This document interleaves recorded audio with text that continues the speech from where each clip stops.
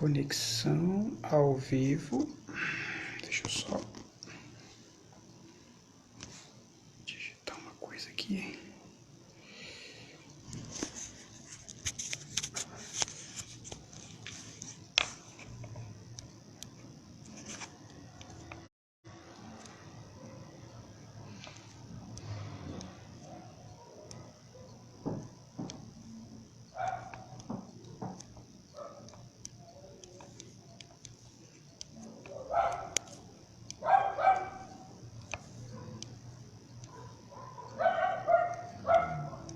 Estou aqui digitando.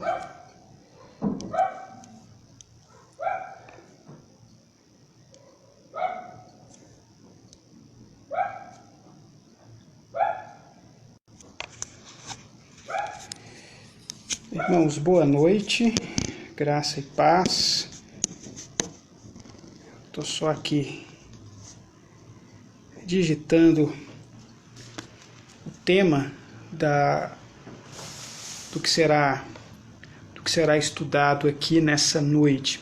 Aguardar os irmãos, estão aí entrando, estão aí acessando esta transmissão. Espero que todos consigam acessar e participar desse tempo reservado para o estudo da Palavra de Deus.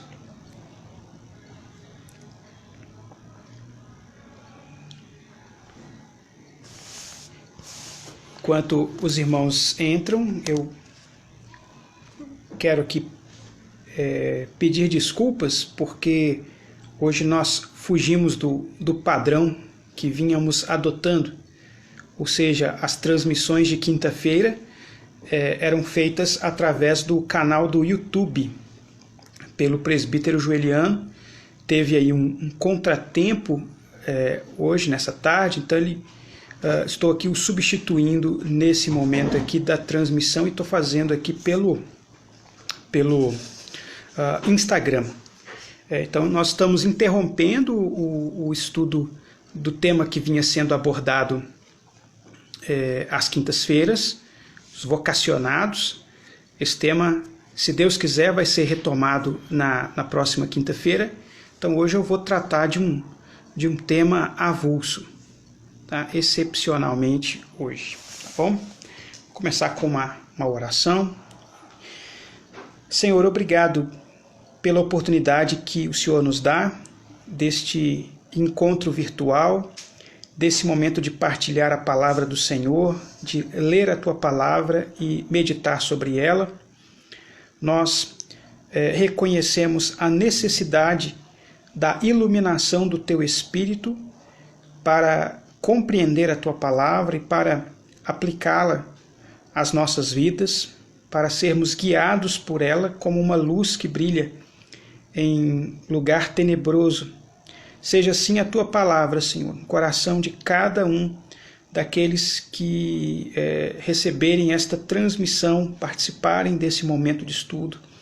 Que a Tua palavra dissipe as trevas do nosso coração e nos guie pelo caminho que tens conosco. Assim eu rogo a Ti, no nome de Cristo Jesus. Amém. Irmãos, convido você a abrir a sua Bíblia comigo na primeira carta de Paulo aos Coríntios. Primeira carta de Paulo aos Coríntios, no capítulo... o finalzinho, na verdade, eu vou pegar a última frase do capítulo 12 e vou ler todo o capítulo 13. Primeira carta de Paulo aos Coríntios, final aí do capítulo 12 e todo o capítulo 13. Assim diz a palavra do Senhor. E eu passo a mostrar-vos ainda um caminho sobremodo excelente. Ainda que eu fale as línguas dos homens e dos anjos, se não tiver amor, serei como bronze que soa, ou como o símbolo que retine. Ainda que eu tenha o dom de profetizar e conheça todos os mistérios e toda a ciência, ainda que eu tenha tamanha fé a ponto de transportar montes, se não tiver amor, nada serei. E ainda que eu distribua todos os meus bens entre os pobres, e ainda que entregue o meu próprio corpo para ser queimado, se não tiver amor, nada disso me aproveitará. O amor é paciente, é benigno. O amor não arde em ciúmes, não se ufana, não se ensoberbece, não se conduz inconvenientemente, não procura os seus interesses, não se exaspera, não se ressente do mal, não se alegra com a injustiça, mas regozija-se com a verdade. Tudo sofre, tudo crê, tudo espera, tudo suporta.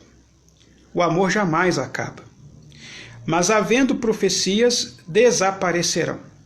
Havendo línguas, cessarão. Havendo ciência, passará. Porque em parte conhecemos e em parte profetizamos. Quando, porém, vier o que é perfeito, então o que é em parte será aniquilado. Quando eu era menino, falava como menino, sentia como menino, pensava como menino. Quando cheguei a ser homem, desisti das coisas próprias de menino. Porque agora vemos como em espelho, obscuramente. Então veremos face a face. Agora conheço em parte, então conhecerei como também sou conhecido. Agora, pois, permanecem a fé, a esperança e o amor, estes três. Porém, o maior destes é o amor. O tema que eu quero abordar com os irmãos aqui é o tema da inteligência humilhada. Esse tema, na verdade, é o título de um livro que eu li recentemente, escrito por um pastor chamado Jonas Madureira. Tem trazido excelentes contribuições para a igreja evangélica nos últimos tempos, nas suas reflexões. Ele é pastor de uma igreja batista lá na cidade de São Paulo, professor em seminários teológicos, em pós-graduação, tem uma especialização aí, a área dele é na área da filosofia cristã, e tem trazido reflexões bastante interessantes para a igreja, tanto nas suas publicações, quanto também na sua pregação na área de ensino. E esse livro em particular, que li recentemente, traz algumas reflexões que seriam bastante interessantes para nós, especialmente nesses momentos em que nós vivemos. Nós vivemos um momento, devido a essa pandemia, em que nós estamos em busca de respostas. Há muitas questões em aberto, há muitas questões que precisam ser respondidas. Há uma indagação sobre quem é que pode responder estas questões. E, ao mesmo tempo, na direção oposta, você vai encontrar muitas pessoas trazendo respostas, fazendo afirmações, fazendo considerações, trazendo pareceres, alguns bastante convincentes.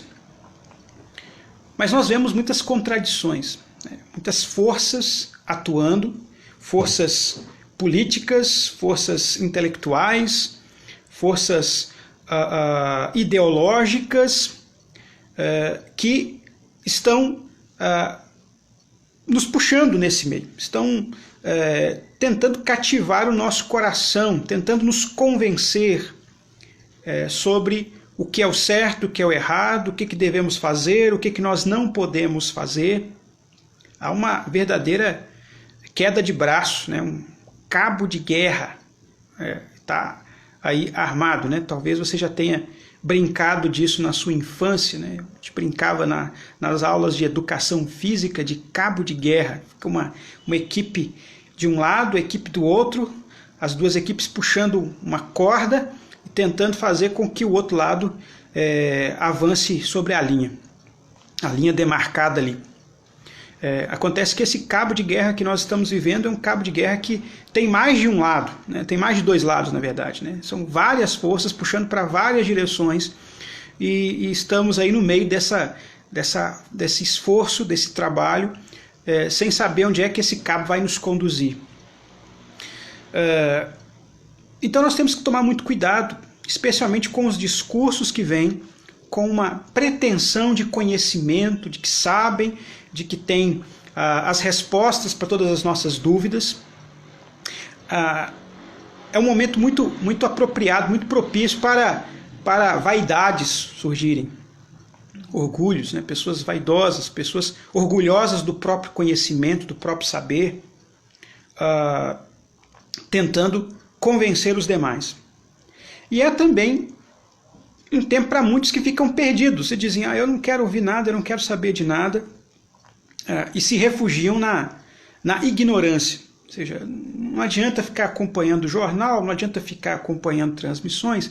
Então o negócio é o seguinte, eu vou fechar dentro do meu mundo aqui, vou tocar a minha vida, eu não quero saber o que as pessoas estão falando, o que as pessoas estão pensando, a opinião de A, a opinião de B, eu vou tocar a minha vida aqui do meu jeito. E nenhuma dessas posições ela é adequada, ela é aconselhável.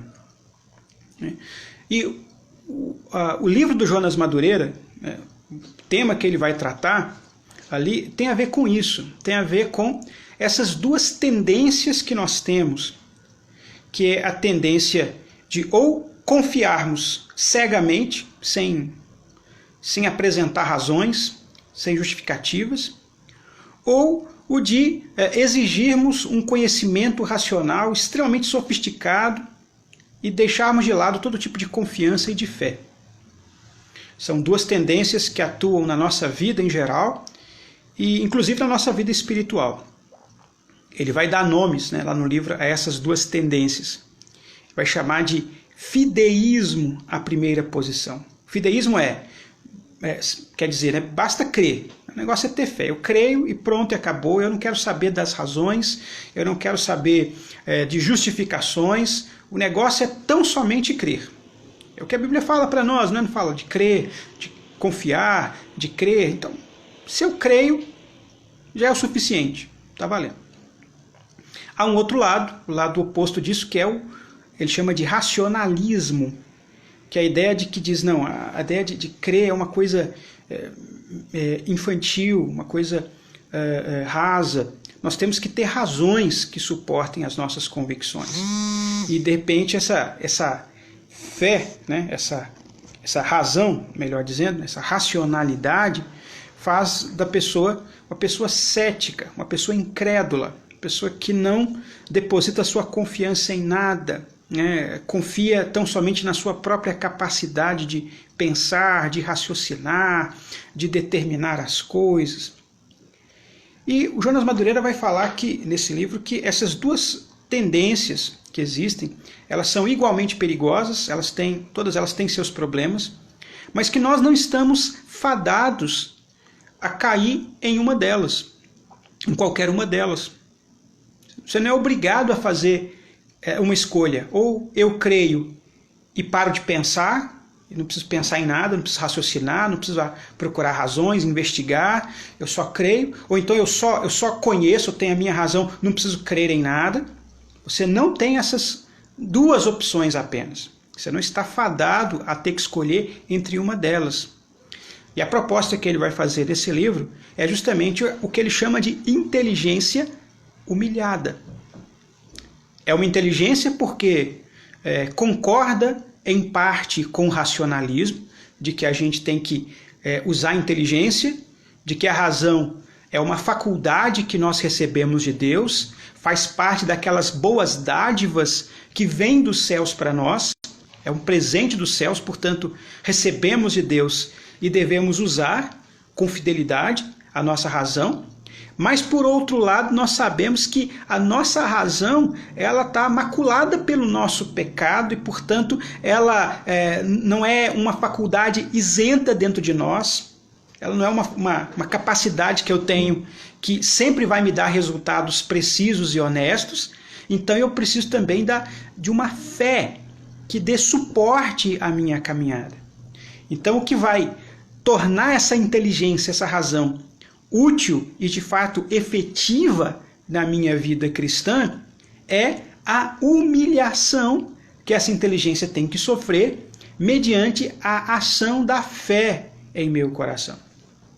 Então a posição cristã, ela não é nenhuma nem outra. Não é você só, eu só creio e não uso a minha cabeça.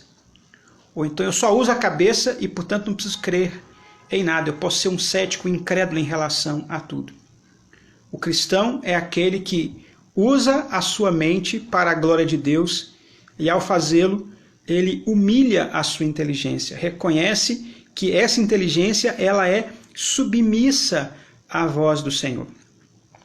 E um dos textos que aparece logo nos primeiros capítulos, na introdução, no primeiro capítulo desse livro, é uma parte do texto que eu li aqui. Eu fiz questão de ler o capítulo todo para explicar o contexto do que eu vou tratar aqui, para que os irmãos entendam onde é que estão colocadas as expressões que eu vou usar. Eu vou me concentrar principalmente nos versículos 9 e 10 e no versículo 12, especialmente no versículo 12, tá? de 1 aos Coríntios, capítulo 13.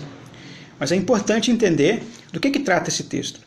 E esse é um dos textos da Bíblia mais conhecidos, mais lidos, e é um dos textos menos compreendidos da Bíblia.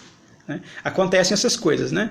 Acontece às vezes um texto que até mesmo quem não é crente já ouviu o texto, mas ao mesmo tempo se perguntar o que ele está dizendo, vai te dar uma resposta que não é de fato a intenção do autor. Né? Esse texto é muito conhecido porque se tornou inclusive letra de canções, não apenas canções cristãs, não apenas canções evangélicas, mas até canções seculares. Talvez você tenha ouvido a versão do Renato Russo, né, cantor que já faleceu há muitos anos, né, faleceu de AIDS, do grupo Legião Urbana, que fez muito sucesso cantando as letras, cantando esse texto da Bíblia, mas na própria música, embora ele não tenha deturpado o texto, né, ele canta o texto do jeito que está na Bíblia, uma versão, né, da Escritura, mas você percebe que ele não entende o sentido do texto, uma vez que ele combina na letra da música poesia do Camões, né? O amor é fogo que arde sem se ver, é ferida que dói e não se sente, é contentamento descontente, é dor que desatina sem doer. Bom, é importante lembrar isso, né? Se você conhece a música, já cantou a música, né? É importante que você saiba que o que Paulo aqui chama de amor não tem nada a ver com o que o Camões pensa aí de amor, né? Camões está pensando num amor romântico, o amor de um homem para com a mulher, do amado para com a sua amada, né? Que é um amor legítimo, não quer dizer que seja um amor errado. A questão não é essa, não é condenando essa forma de amor. Mas não é disso que Paulo está falando aqui nesse texto. Né? Então a gente percebe que na canção do Renato Russo não há esse entendimento, uma vez que ele combina o texto da Escritura de amor com o texto de uma poesia secular que fala de amor romântico, como se as duas coisas estivessem falando do mesmo amor. E não é assim. Não era essa a intenção de Paulo. E mesmo no meio cristão, você vai encontrar músicas, né, muito bonitas, tem uma composição muito bonita do João Alexandre, né, uma das músicas mais bonitas que eu já ouvi, que tem como letra o 1 Coríntios capítulo 13. Muito bonita a música. Mas a gente acostumou com essa música, eu nem sei se era a intenção do João Alexandre com isso, mas de fato, durante muitos anos, pelo menos, essa música tocava em todo casamento evangélico que eu ia. Todo casamento evangélico que eu ia, essa música tinha que tocar. Se não tiver amor, de nada valeria. Se não tiver amor e tal. Não é que seja errado tocar no casamento, é uma música de fato bonita. Mas confunde um pouco as coisas, porque dá a impressão, para quem está naquele evento, de que amor aqui se trata de um amor romântico, o amor de um homem para com uma mulher. Como eu já falei também, reforço aqui, Nada de errado quanto a isso. Na verdade, isso é o certo, que haja mesmo amor de um homem para com a mulher, do amado para com a amada. Isso não tem problema nenhum. Aliás, tem um livro na Bíblia inteiro sobre isso, né? Cântico dos Cânticos. Ali você vai ter, de fato, um amor que primariamente é romântico, amor de um homem para com a mulher, e que a igreja, ao longo dos séculos, tem interpretado como uma espécie de alegoria do amor de Cristo para com a sua igreja. Mas aí já é uma alegorização do texto original. Originalmente, quem ouvisse aquela canção, quem ouvisse a composição de Salomão, não iria pensar no amor de Cristo pela igreja, né? Não ia fazer essa relação direta de Deus com amando o seu povo. O primeiro pensamento seria, de fato, o amor de um homem para com uma mulher. Então, tanto é que a Bíblia então, legitima que esse amor ele é legítimo, ele é desejável, ele no ambiente apropriado é o que deve acontecer.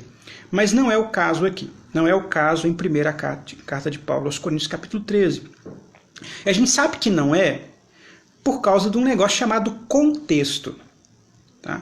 Então essa é uma regra básica de leitura, de interpretação da Bíblia.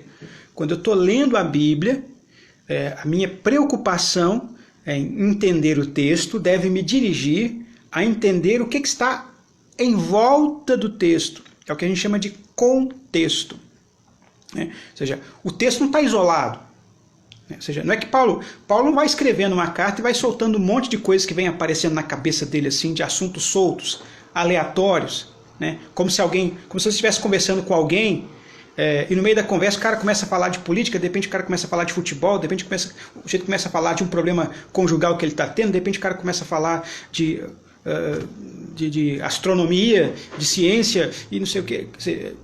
Seria um louco, né? O sujeito está soltando um monte de coisas aqui, informações desconexas. Né? Geralmente um assunto pode até levar para outro, mas vai existir uma razão, vai existir um encadeamento que leva para o outro assunto. Então aqui, não é que Paulo estava tratando de um monte de assuntos, de repente ele para e fala, resolvi falar sobre amor. Vou começar a falar sobre amor.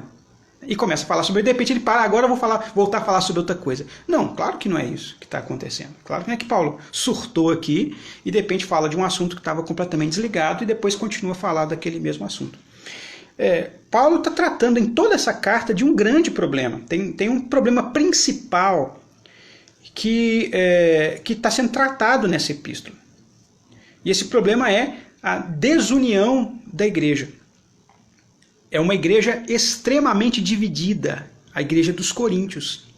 Uma igreja que sofre vários tipos de divisão. Na verdade, Paulo começa essa carta tratando do principal problema que causa divisão dentro daquela comunidade. E esse problema principal tem a ver com orgulho, com vaidades. Existia dentro da igreja, por exemplo, o orgulho, né? A vaidade que alguns tinham de dizer assim, não, o meu líder, né? O meu pastor é o apóstolo Paulo. Né? Paulo foi o jeito que veio aqui na cidade, plantou a igreja debaixo de muita perseguição. Paulo é o meu apóstolo. Outros diziam assim, não, mas o meu apóstolo é Pedro, porque veja bem, Paulo nem andou com Jesus quando estava aqui, Paulo era um perseguidor da igreja, até pouco antes de converter, como é que eu vou seguir Paulo? Não, o negócio é Pedro, porque Pedro foi o cara que de fato passou por todo o processo, né, da vinda de Jesus, do batismo, dos seus milagres, da sua pregação, até a morte na cruz, a sua ressurreição. Paulo não testemunhou nada disso. Então Paulo, nem sei se apóstolo é. Alguns diziam isso lá na igreja dos Coríntios, né? Nem sei. Acho que apóstolo nem ele é, porque senão ele teria participado do ministério de Jesus, ele não participou. Então o negócio é Pedro. Outros diziam assim, não, mas o meu apóstolo é Apolo. Né, um cara novo, sangue novo, né, cara bom pregador, né, prega mesmo, ele é ousado. Né. Paulo chega até a ironizar isso lá na sua segunda carta aos Coríntios, quando ele fala assim que alguns dizem assim, a presença de Paulo é fraca, né, ele tem uma presença fraca, né. Parece fazendo um contraste com Apolo, né? Que Paulo era aquele tipo de pregador que falava duro, batia na mesa e pá, e a pessoa estava empolgado com aquilo, né? Tá vendo? Pregador bom é Apolo, né? Porque ele fala grosso, ele é empolgante, ele tem uma boa oratória. Paulo fica pregando, a gente até dorme, né? Teve um caso, né? Paulo estava pregando lá, passou da meia-noite, o menino dormiu, caiu da janela, tá lá em Atos. Aí Paulo foi lá e ressuscitou o menino, né? Trouxe o menino de volta, né? E Paulo fica falando, a gente fala, não dou conta de acompanhar Paulo, não. O pregador bom é o Apolo. O Apolo é que é o cara, né? Aí por que Paulo vai falar disso? Ele vai falar assim, tá vendo o grupo que me apoia? Esse grupo que é bom, esse grupo que tá certo, os outros estão todos errados. Você vai dizer assim, tá todo mundo errado. Tá todo mundo errado.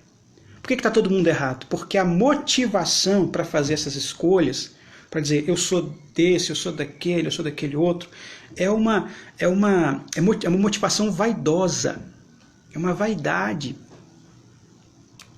Não tem a motivação de glorificar a Cristo, não tem a motivação de edificar a igreja, né?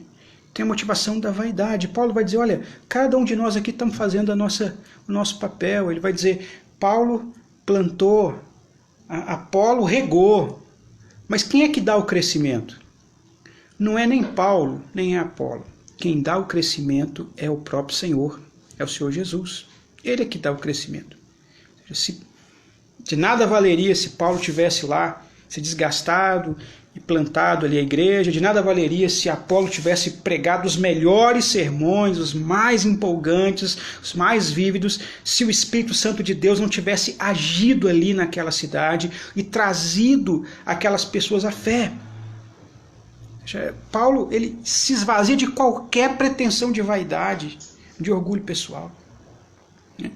Aliás, Paulo, na carta, no livro de Atos dos Apóstolos, né, quando fala da plantação da igreja ali, Paulo teve um momento que ele quase desistiu. Ele chegou a pensar que não ia dar certo estar ali.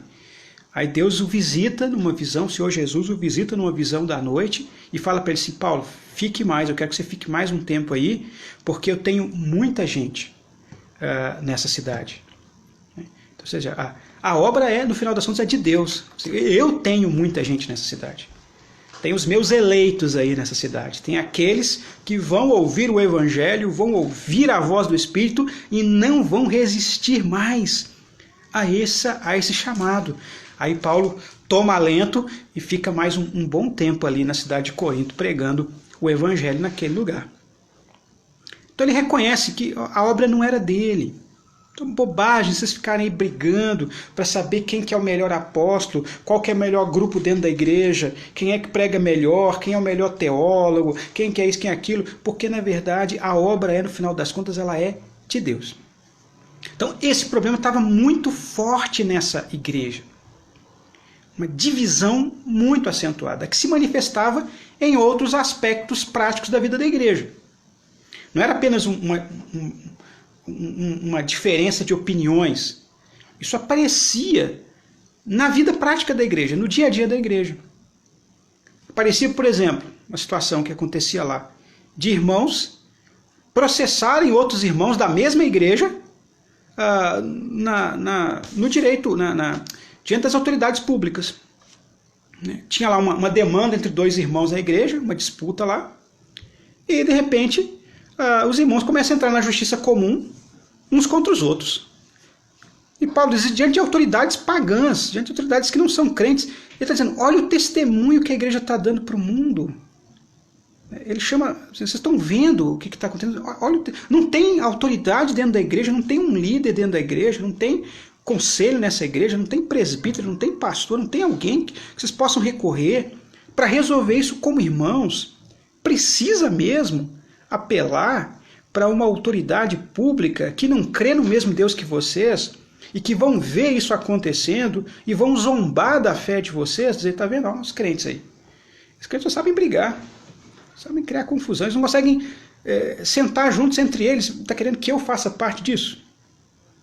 Era um péssimo testemunho.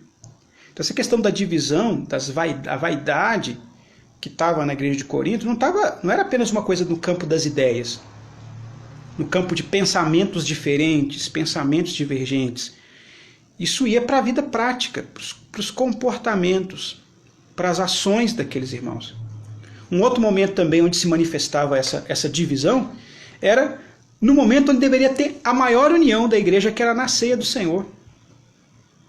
Ali estavam as vaidades também.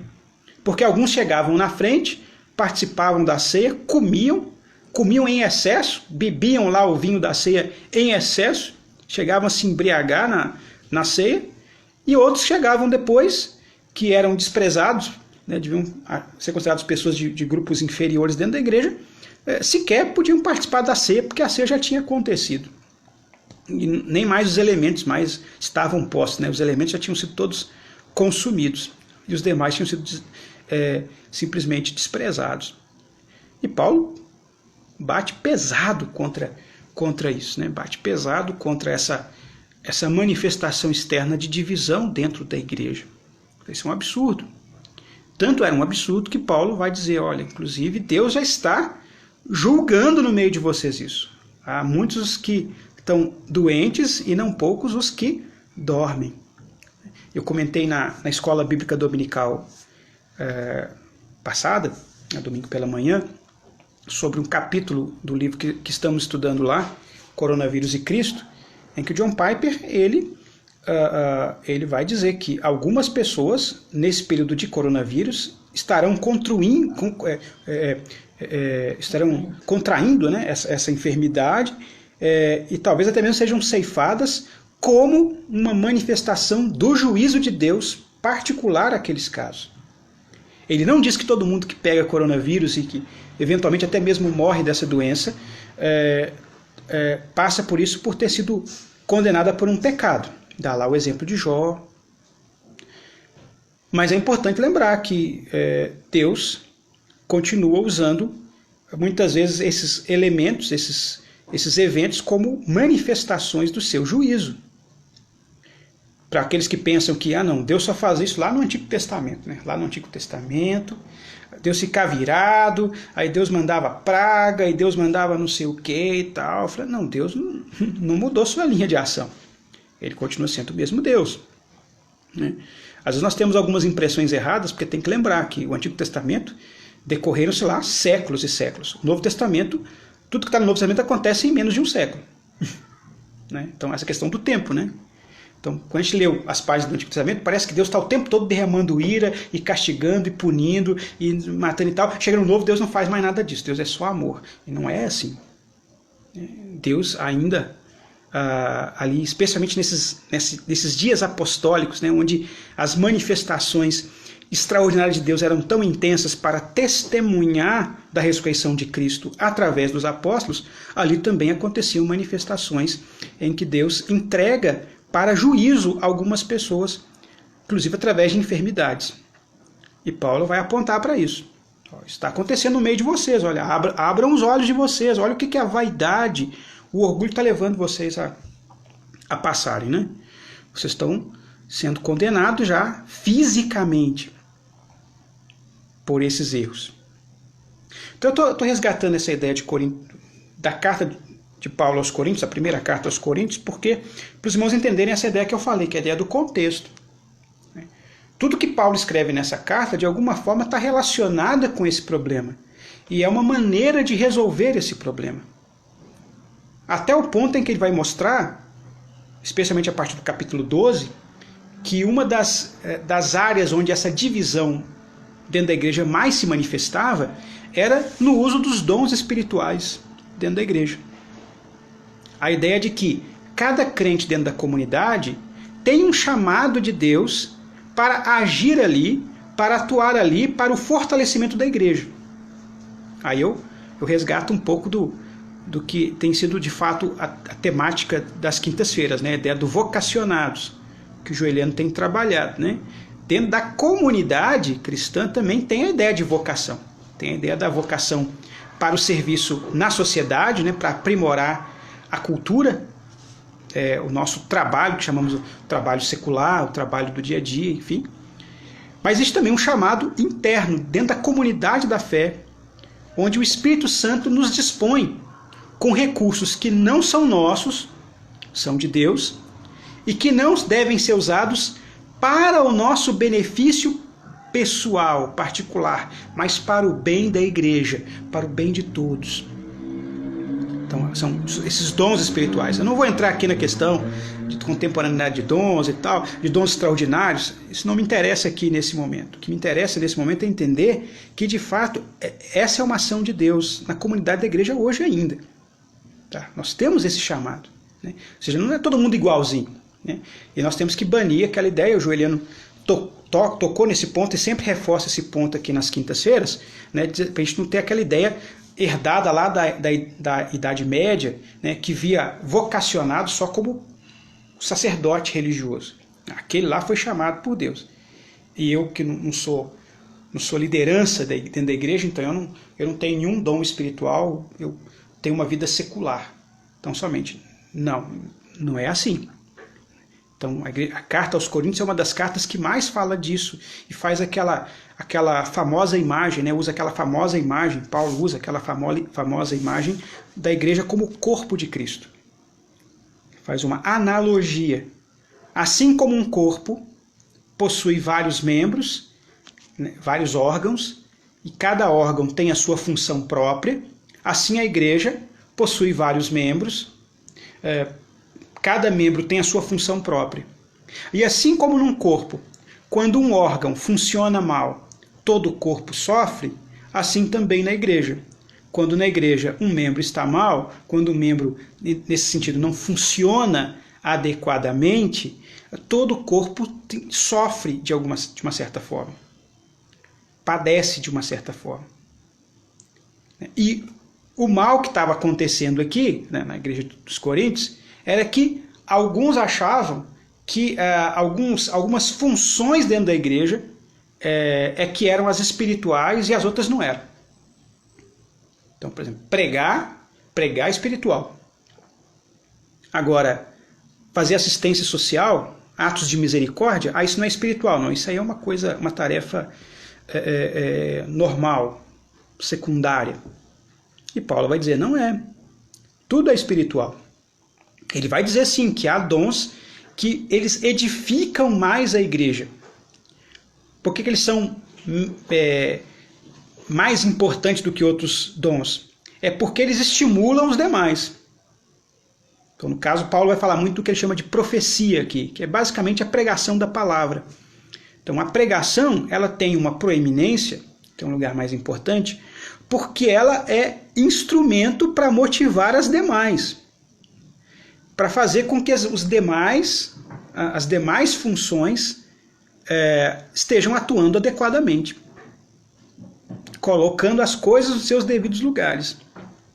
Mas não quer dizer que as demais funções não sejam elas espirituais, não sejam elas importantes e que a falta delas não cause algum tipo de prejuízo. Causa. Agora, por causa desse orgulho, dessa vaidade, desse coração envaidecido, alguns não aceitavam ocupar certas posições, né, e queriam ocupar posições que não eram adequadas a elas. Isso estava trazendo um prejuízo para a igreja, para a comunidade. E é nesse sentido que Paulo aqui vai falar sobre o amor. E logo em seguida, logo depois dele usar a ilustração do corpo, é que ele vai fazer o uso aí dessa ele vai discursar aqui do amor. Então, só para os irmãos entenderem que aqui não tem nada a ver com amor romântico nesse sentido, é o amor de Deus no meio da comunidade, que serve como elemento para ligar a comunidade. Por isso é sempre importante, quando você for ler o capítulo 13, sempre ler pelo menos esse finalzinho do capítulo 12.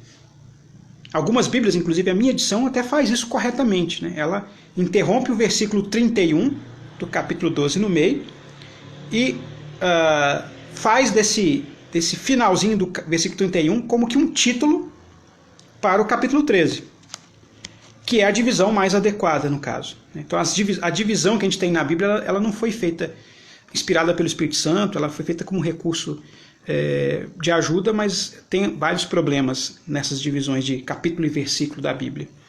Não é uma divisão muito confiável, digamos assim. Ela ajuda a gente a localizar o texto, ajuda a gente a separar algumas coisas, mas em alguns momentos essa divisão ela foi mal feita, ela atrapalha um pouco a compreensão, que dá a impressão que no capítulo 13 Paulo está falando de uma coisa que não tem nada a ver com o que ele fala antes. Mas o final do versículo 31 deixa muito claro, quando ele diz, eu passo a mostrar-vos ainda um caminho sobremodo excelente. Com esse "e eu passo", quer dizer, está ligando com o assunto anterior, da igreja como corpo de Cristo, que precisa funcionar bem. Para funcionar bem, cada órgão tem que estar no seu lugar, tem que ocupar o seu papel, tem que realizar a sua função própria, que não pode ter uma competição entre esses órgãos, porque quando tem uma competição entre esses órgãos, o organismo todo padece. O corpo inteiro sofre. E como é que a gente faz para que isso não aconteça? Como é que a gente faz para que essa tendência que temos, né, pela nossa vaidade, pelo nosso orgulho, para que essa tendência não ocupe o nosso coração e a gente traga prejuízo para o corpo de Cristo? A gente cause males na comunidade da gente. Ele diz, é seguindo esse caminho que ele chama o caminho sobremodo excelente. Então ele vai falar do amor como sendo um caminho sobremodo excelente. Eu gosto dessa imagem de caminho, né? Porque dá pra gente a ideia de alguma coisa que tem que ser seguida. Não é uma coisa que vem com um pacote pronto. Caminho é alguma coisa que eu tenho que percorrer. Eu tenho que andar por ele. Essa ideia já ajuda a gente bastante, porque quando a gente vai ler lá as qualidades que Paulo vai falar do amor, a tendência da gente é falar assim, puxa, então eu não amo, porque tá muito fora da minha realidade. Quando ele fala assim que o amor é paciente, o amor é benigno, o amor não arde em ciúme, não se ufana e tal, eu falei, puxa vida, mas tantas vezes eu tenho dificuldade de praticar isso. Se você lê esse texto e acha que você não tem dificuldade, você está fazendo uma leitura muito superficial desse texto. Porque, de fato, a intenção de Paulo era mesmo causar um impacto.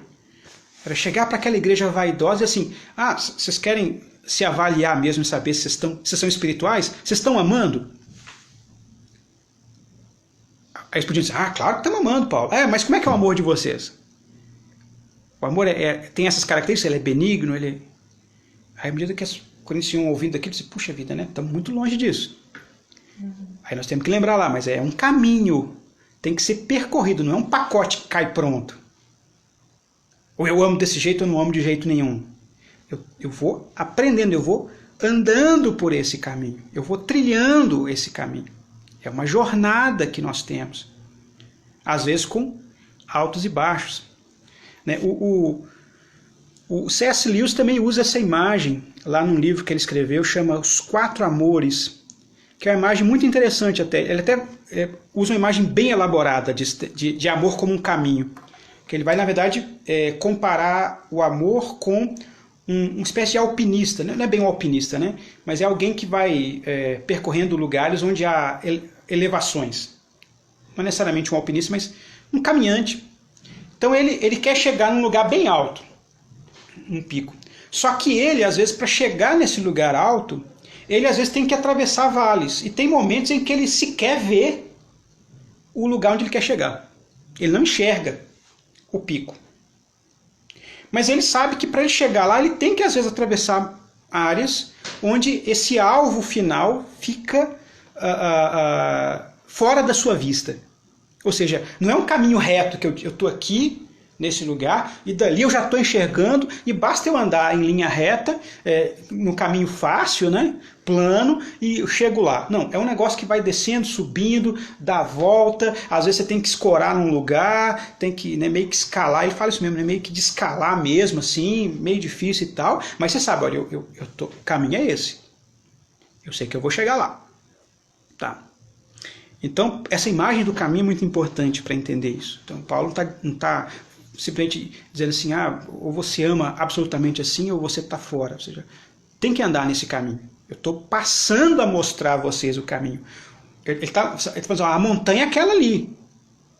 Esse amor que é paciente, benigno e tal, essa é a montanha. Mas chegar lá é um caminho, é uma trilha. Né?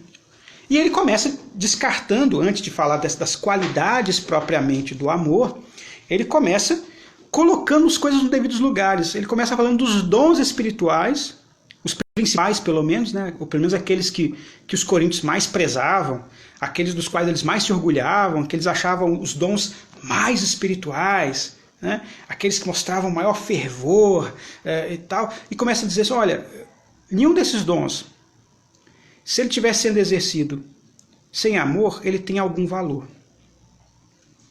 Ele começa, inclusive, estrategicamente falando do dom de línguas, né? Ainda que eu fale as línguas dos homens e dos anjos, se não tiver amor, serei como bronze que soa ou como símbolo que retine. Isso porque, nessa carta, em outras passagens, no capítulo anterior, no capítulo que segue, especialmente no capítulo 14, ele vai mostrar que esse era um dom espiritual que os coríntios diziam ter e se achavam melhores do que outros. Porque eles tinham essas expressões de linguagem que davam a eles a impressão de que eles eram mais espirituais. A pergunta de Paulo não é, você tem ou não tem esse dom? A questão é, você está exercendo o que você tem, o que você recebeu de Deus, com amor ou não? Porque se não tiver amor, ele vai dizer, é só barulho, é só ruído.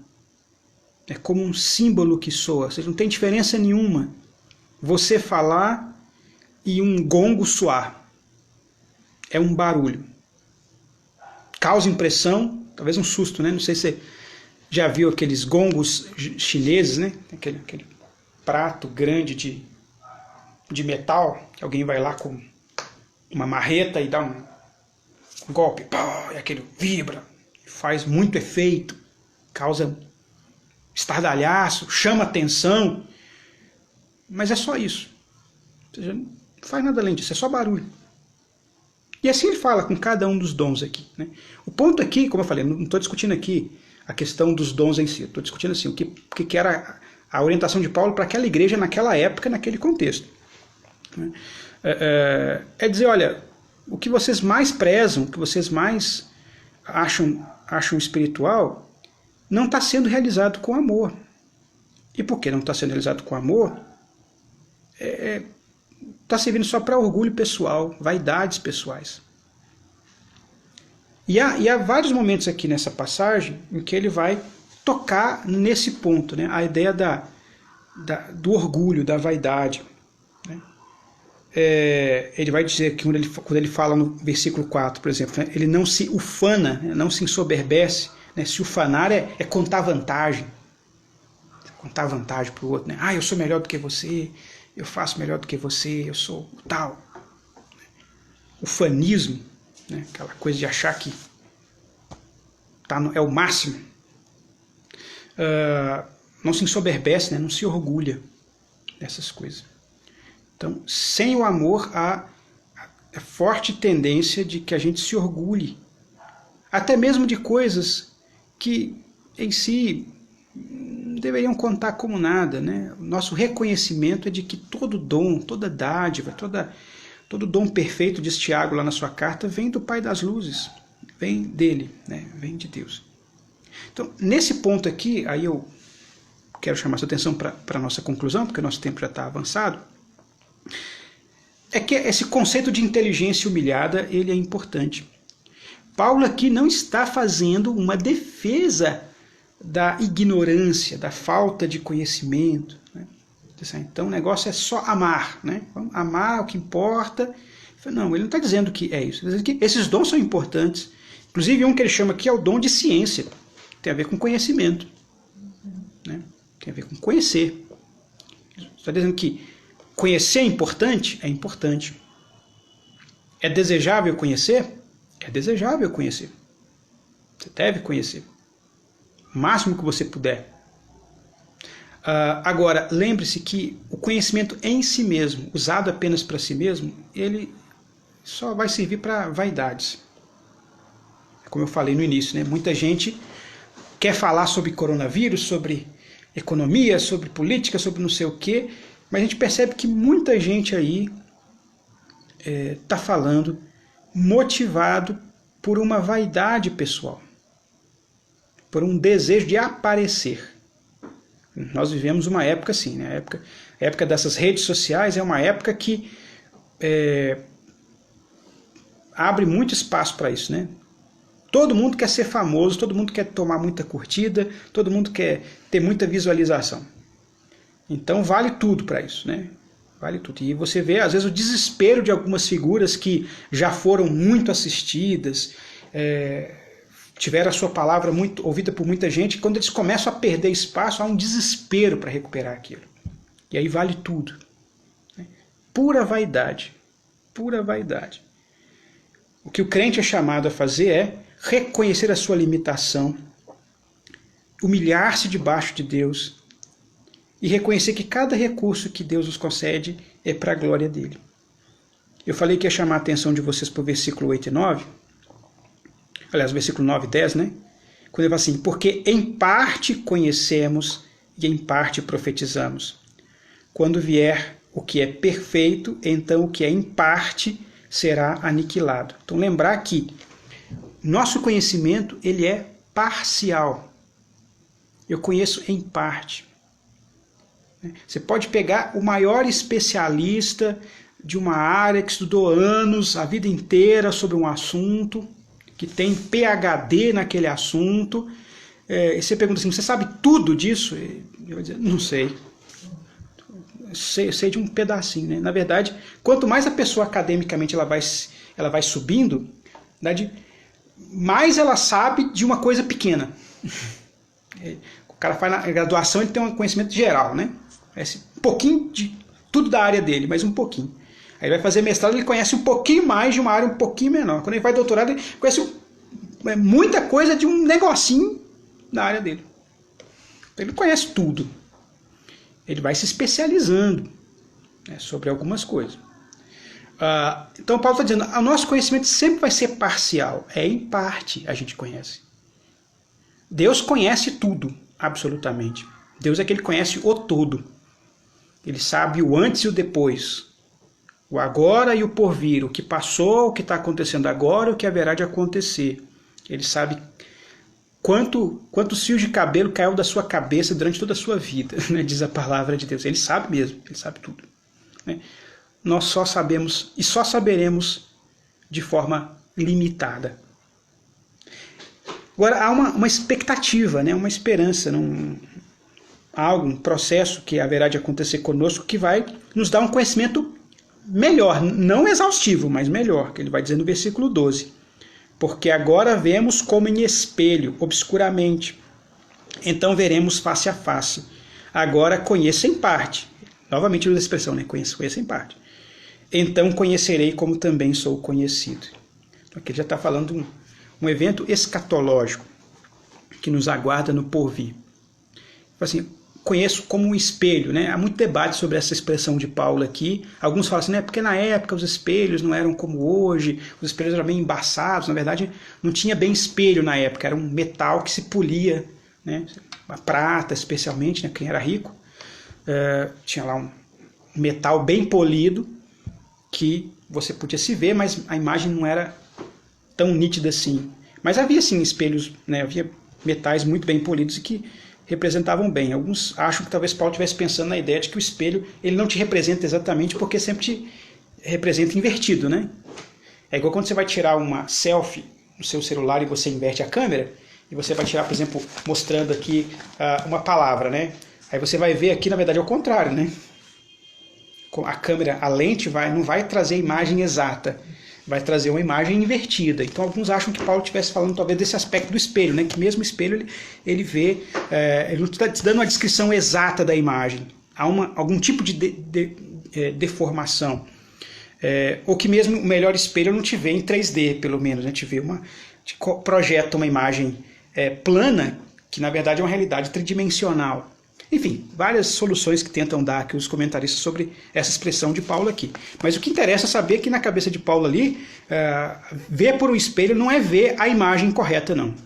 É ver uma coisa muito parecida, muito próxima, mas ainda é ver em parte. Deixa eu ver se... Eu mesmo aqui me vendo agora, transmitindo para vocês, eu estou me vendo de frente, mas eu não estou vendo a minha nuca, por exemplo. Eu não estou me vendo de costas, eu estou vendo em parte. Eu estou vendo uma parte de mim. Não eu todo. Mas Paulo diz que vai chegar um momento, que é a manifestação final do Senhor, onde o nosso conhecimento vai ser muito ampliado. Agora, é esse momento escatológico. O que ele está dizendo é, não se orgulhem, não se envaideçam do que vocês conhecem agora, porque por melhor que vocês conheçam, por mais que vocês conheçam agora, o conhecimento de vocês ainda é em parte. Quem me vê de fato plenamente é Deus. Deus olha para mim, ele não me vê apenas de frente ou de lado. Ele vê o Ricardo inteiro, inclusive internamente. Ele conhece o som dos meus pensamentos, ele sabe o que há no meu coração, ele conhece inclusive as motivações do meu coração. Conhece plenamente, lá o Salmo 139, ele me conhece, eu não posso me esconder dele, não posso subir no alto do monte, não posso descer para o mais profundo do abismo, porque Deus me vê o tempo todo, não adianta eu apagar todas as luzes, me esconder no escuro, ele me vê inclusive quando eu estava sendo entretecido no ventre da minha mãe, e ele sonda os meus pensamentos. Ele conhece o meu coração. Por isso o Salmo termina dizendo, vê se há em mim algum caminho mau, e guia-me pelo caminho eterno. É alguém que se humilha diante de Deus. Ele se humilha, diz, ó Deus, não dá para fugir da tua presença, na verdade eu não quero fugir da tua presença, eu quero que a tua presença me transforme. Então a consideração de Paulo aqui nessa passagem é essa, olha, lembra que por mais que você conheça, por mais que você estude, por mais que você use a sua mente, e ela deve ser usada, você ainda não vai conhecer tudo. Quem conhece tudo é o Senhor. Agora haverá um momento onde muitas das questões que nós não conseguimos resolver aqui, que nós não temos resposta aqui, elas estarão para nós resolvidas. Não vou dizer que vão estar respondidas plenamente, porque mesmo na eternidade a gente não vai ser Deus. Deus na eternidade vai continuar conhecendo tudo absolutamente, e lá nós vamos conhecer ainda como na qualidade de criaturas. Mas pelo menos não vamos estar mais olhando como quem olha para o espelho. Nós vamos estar vendo Deus diretamente, sem intermediário. Hoje a gente vê com intermediários, com mediadores. Lá nós vamos ver de forma direta. E por vermos de forma direta, essa visão do Senhor direta vai trazer as respostas que de fato vão resolver todas as questões do nosso coração. Aqui na Terra nós não vamos ter essa capacidade. Nenhum especialista, nenhum político, nenhum pastor vai te dar todas as respostas que vão resolver todas as questões.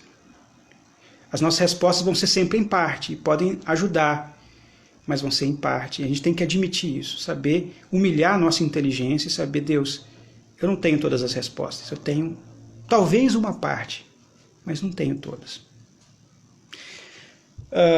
E assim a gente deve submeter a nossa mente, o nosso coração ao Senhor. Era o que Paulo queria que os coríntios fizessem, né? Parassem de se orgulhar, de se envaidecer, submetessem com humildade os seus corações a Deus. A gente tem agora 2 minutos, então vou terminar esse estudo aqui, antes do Instagram encerrar a nossa conversa com uma oração. Senhor amado, obrigado pela obra do Teu Filho Jesus por nós, naquela cruz, pelo chamado do Evangelho. E obrigado, Senhor, porque tudo que nós temos de conhecimento, de habilidades, de dons, de capacitações, vem de Ti. Ajuda-nos, Deus, a não nos envaidecermos com conhecimento ou com qualquer outro desses itens. E lembra-nos sempre, Deus, de que tudo vem do Senhor e que tudo ainda é em parte, que nós não temos o domínio sobre essas coisas, o Senhor é que tem. Por isso guarda o nosso coração da vaidade destruidora e faz-nos, Deus, ter uma inteligência que se humilha na Tua presença e que usa tudo para a glória do Teu nome. Em nome de Cristo. Amém. Amém. Deus abençoe. Convido os irmãos a continuarem aí orando, né? Desafio, na verdade, os irmãos a continuarem orando pela situação que vivemos, dias difíceis. Devemos orar para que o Senhor, na sua graça, traga restauração das condições normais da nossa vida, né? Retomemos a possibilidade de poder nos encontrar socialmente e realizar os cultos, inclusive, celebrar a ceia do Senhor. É o desejo do nosso coração. E lembremos de orar pelos pedidos que fizemos lá na terça-feira de oração, né? Pela Dona Olívia, pela família da Lenir, que faleceu, sobrinha do seu Beiral, orar pela família, pelo consolo do Senhor, e que Deus cuide de cada um de nós. Aí faltam poucos segundos aí. Que Deus esteja com os irmãos, no nome de Jesus.